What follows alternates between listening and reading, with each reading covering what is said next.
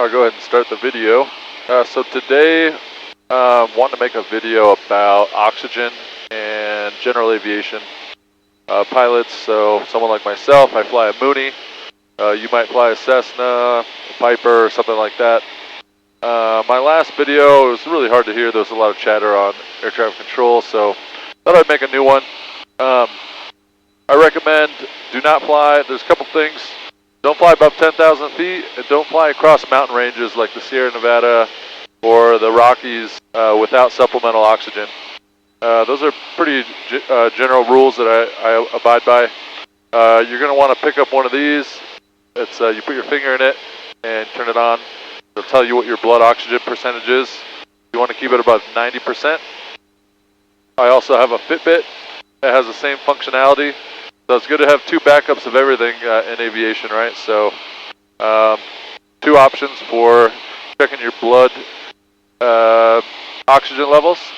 And then you're going to want to buy something, this is called a regulator. You can pick up oxygen regulator. You can pick up one of these for maybe 40, 50 bucks online. This one's perfect. And then I have all the cannulas here. These are only a few dollars. You connect it to the regulator with this little tube. And then this part right here goes into your nose. Strap it around your head. And if you have two pilots, I also have a splitter in here so you can attach. Joshua, King Air 299 Victor Mike 16.5. You can attach two cannulas into the same regulator. So your co-pilot and yourself will both have oxygen. And I recommend pick up an oxygen tank like and we'll code 9 Victor Mike, thanks. Grab an oxygen tank like this. It's only about 2 feet long and cost me 20 bucks to fill it up. You're going to need a prescription to get it filled. Some places you do not, but they're very, very hard to find. But definitely want to keep one of these, if not have two of them. I only have, actually I have another one in the plane, but it's much taller. It's in the back, as you can see behind me. That one's twice the length of this. It's a little bit too big, in my opinion, for general aviation. Heads up, please at 941. Maybe you have a bigger plane. Mine is pretty tight in here.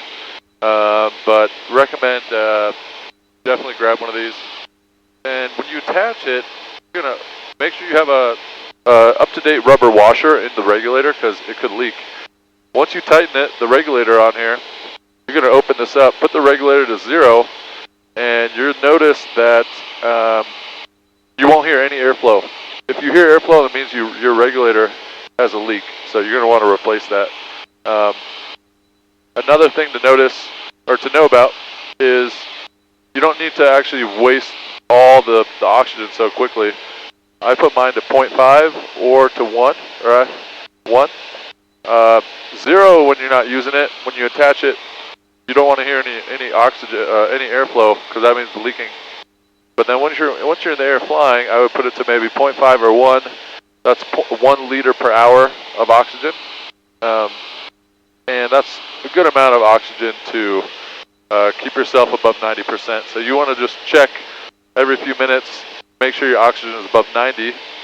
And another thing you want to do is near the floor of your plane, you want to have a carbon monoxide alarm.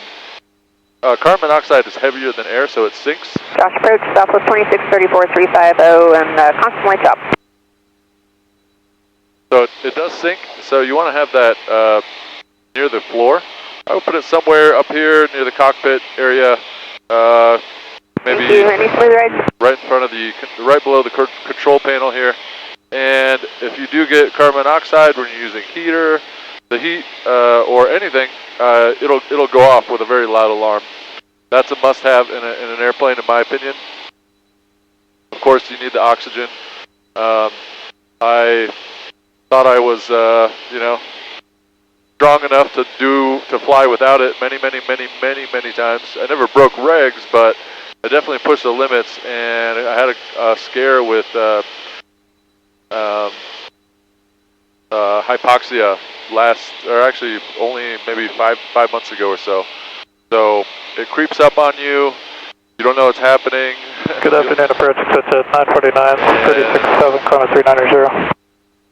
You'll start saying things wrong. You won't know how to talk on the radio right.